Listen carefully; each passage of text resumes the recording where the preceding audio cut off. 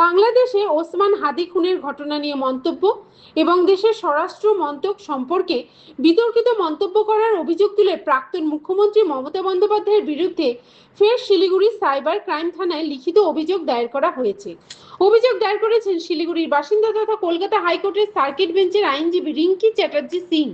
জানা গিয়েছে, এর আগেও গত 25শে মে ধর্মীয় উস্কানিমূলক মন্তব্যের অভিযোগে তিনি একই থানায় মমতা বন্দ্যোপাধ্যায়ের বিরুদ্ধে অভিযোগ দায়ের করেছিলেন।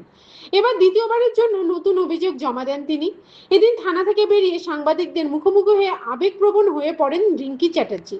কান্নাজড়িত কণ্ঠে তিনি দাবি করেন, সনাতন ধর্ম এবং সাধারণ মানুষের স্বার্থে কথা বলতে গিয়ে অতীতেও একাধিকবার তাকে নানা ধরনের বাধার মুখে পড়তে হয়েছে। তার অভিযোগ, পূর্ববর্তী সরকারের আমলে একাধিকবার তার উপর হামলার চেষ্টা হয়েছে, গাড়িতে ভাঙচুর চালানো হয়েছে এবং তাকে শারীরিক ও মানসিকভাবে হেনস্থার শিকার হতে হয়েছে।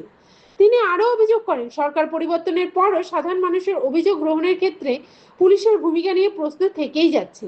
তার দাবি, থানায় এফআইআর দায়ের করতে গিয়েও নানা প্রতিবন্ধকতার সম্মুখীন হতে হয়েছে এবং অভিযোগ গ্রহণে অনীহা দেখানো হয়েছে। যদিও এই ঘটনায় মমতা বন্দ্যোপাধ্যায় বা সংশ্লিষ্ট পক্ষের কোনো প্রতিক্রিয়া এখনো পর্যন্ত ভুল হবে। আগের এফআইআরটা তো আমাকে আগের জিডিটা এফআইআর কনভার্ট হয়ে গেছিল দুদিনেই, উনিই করেছিলেন।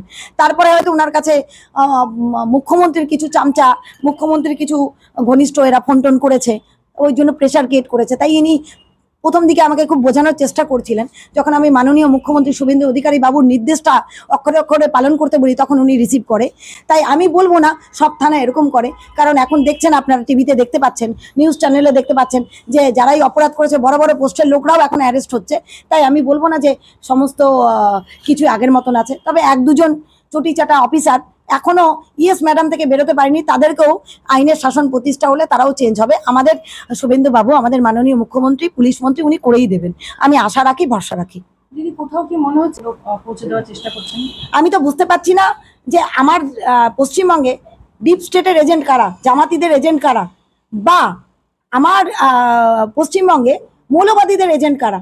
মাঝে মাঝে আমার মনে হয় এই তিনটে গোষ্ঠী, আমেরিকান, ডিপ স্টেট, সব মিলিয়ে আমাদের পশ্চিমবঙ্গকে অশান্ত করার চেষ্টা করছে। তাতে মুখ্যমন্ত্রী আবার আগুনে, মানে বলে না, তেল ঢেলে দিল, কেরোসিন ঢেলে দিল তার মন্তব্যে। কে কতটা কার হাত আছে সেটা তো স্বরাষ্ট্র মন্ত্রক জানবে।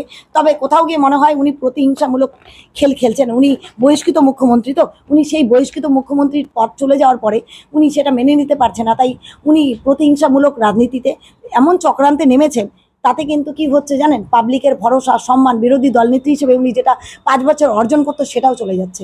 একটি সময় উনাকে হয়তো জেলেই, উনার শেষ আশ্রয় জেলই হতে চলছে।